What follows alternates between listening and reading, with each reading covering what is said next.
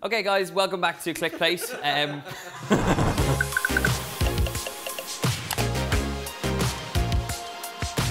Hi guys, welcome back to Clickplate, where we decode some of the internet's most popular recipes, and today's one is all about blooming onions. Now, blooming onions have been around for a very long time, but they are having a bit of a comeback because one of my favorite restaurants in Los Angeles, Nightshade, is currently making one with lots of gorgeous Thai spices, and they serve it up with a sort of coconut sauce on the side. So we're going to attempt to make our version of it. It's a little bit simplified. I don't know if it's exactly the same as the one in the restaurant, but it tastes pretty similar.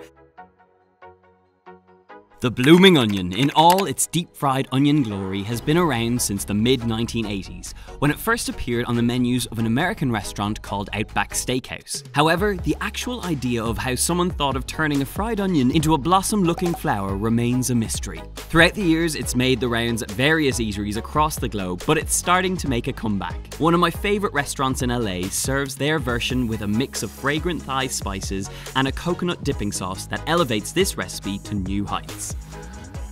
So we're going to start off by making a bit of a spice mix, a dry spice mix that is going to form the coating for these gorgeous blooming onions. First job is our sort of aromatic spice mix, which is going to coat these onions and give them loads of flavour, and also take a blooming onion into a whole new dimension. So I have some lemongrass, which is dried lemongrass. I don't normally use dried lemongrass, but for this we want a dry rub essentially. So I've got some lemongrass stalks going in there. I've also got some dried kaffir lime leaves. This is a fantastic ingredient. It's really fragrant, and you can actually keep these in your freezer for quite a long time, so they're a handy one if you're going to make a lovely coconut curry or something like that that requires them. So pop them in with our lemongrass.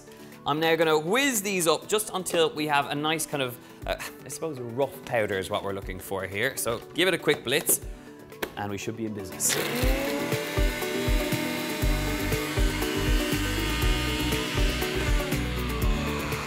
It takes a minute or two, but what you should be left with is this fine powder, which looks pretty amazing. So, oh man, give it a whiff of that. That's exactly what you need. So we're gonna sprinkle this across a little plate. That's where all the flavor in these blooming onions is gonna come from. And to this, we're gonna add a touch of flour and a little bit of garlic powder. So just mix that up with a spoon so you have a nice even incorporation of all that lime and lemongrass. Right, let's talk about these onions. When I think of blooming onions, I always think that I'm probably in a fairly naff restaurant that serves them, but they're kind of having a comeback, and Nightshade is doing a great job of doing just that. So take off the top of this onion. As you can see, I've kept a nice bit of root in here just to make sure that it stays intact as we cut into it. We're gonna cut not all the way down, but about 3/4 of the way down, and you're gonna slice this into quarters, and then into eighths, and then you're gonna keep going until you can get nice thin slices. So that is pretty much where you want it to be. It does need to hold its shape at the bottom. So as you can see, I can use my fingers just to kind of break apart the petals, and you do need to do that because we want a little bit of that flour mixture and the seasoning to go all the way into the interior as well. So when this breaks down and fries, you've got all the flavor action happening. So just break it apart, and I'm gonna do exactly the same with the other onions.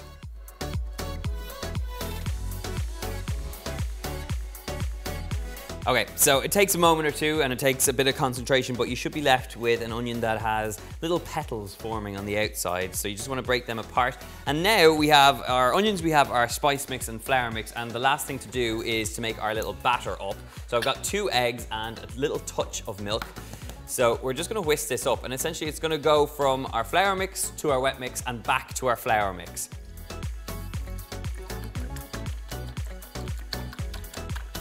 Right, we're in business. We have our egg mixture, we have our flour mixture, we have our onions. So you're gonna dip each onion in that spice mixture, and what you wanna do is just gently push as much of it down into those little petals so that it gets completely coated all the way over. Now, normally if I was doing a method like this, I would go one hand wet and one hand dry, but in this situation, they're fairly big items, so we're gonna go straight from the flour into that mixture. And you want to get it completely coated in all that glorious egg and milk mix.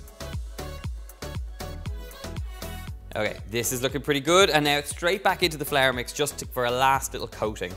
Now that it's coated once again in all that flour and spice, we're going to pop it onto our little tray and crack on with the rest of them with very messy hands.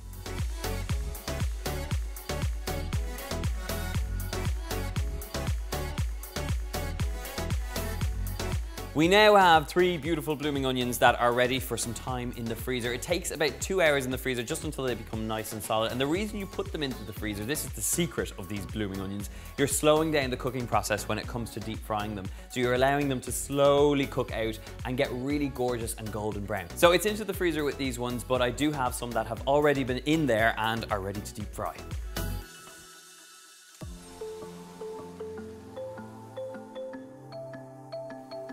Okay, we have ones that are now ready to go. I have some oil coming up to 180 degrees Celsius. That's about 350 degrees Fahrenheit. So pop your frozen onion onto a slotted spoon, and then we're just gonna lower it slowly into that hot oil. And do exactly the same with the rest of them.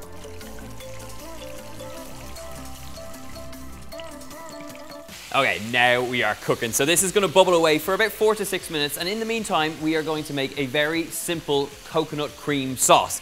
So straight on our hob with a little bit of heat, I have some Tom Yum paste and I have some coconut cream. And with this coming up to a nice hot temperature, we're gonna fry off that Tom Yum. And then our next ingredient is a little bit of coconut cream.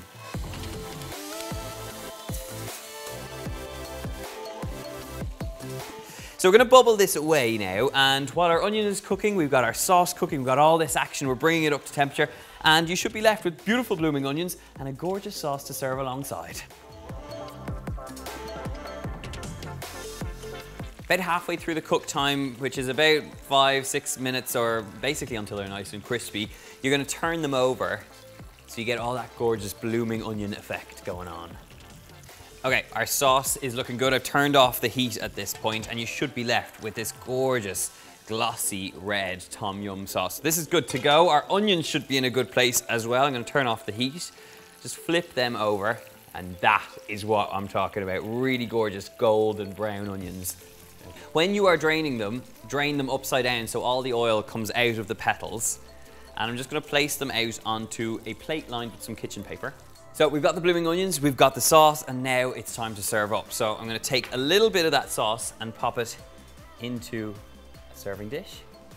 The idea is that you get to take off some of those beautiful little onion petals and dip them straight in that sort of lightly spiced Tom Yum sauce. So that goes straight into our serving platter. You're gonna grab up those blooming onions and stick them in beside that hot sauce. And that is a gorgeous little platter of Thai-style Tom Yum blooming onions with a gorgeous coconut sauce on the side. So while they're still hot, I'm just gonna break off 1 or 2 of those onion petals, dip them straight into that Tom Yum sauce.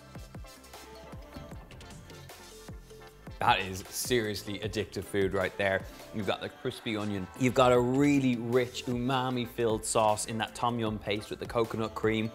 This is a platter that is not an everyday treat, but if you serve this up at a feast, you can be guaranteed people will be raving about these blooming onions. And I can see why this is one of the most popular recipes at Nightshade in LA. This is one you've got to try. If you want to click this plate and you want the recipe, I will leave a link in the box below over on my website where you'll get all the details on how to make this recipe. Leave us a comment letting me know if this is like no other blooming onion you've ever seen. And of course, subscribe to this channel for lots more delicious recipes. You can check out the full Clickplate series by heading over to the playlist. And until then, my friends, I'm tucking in, and I'll see you later.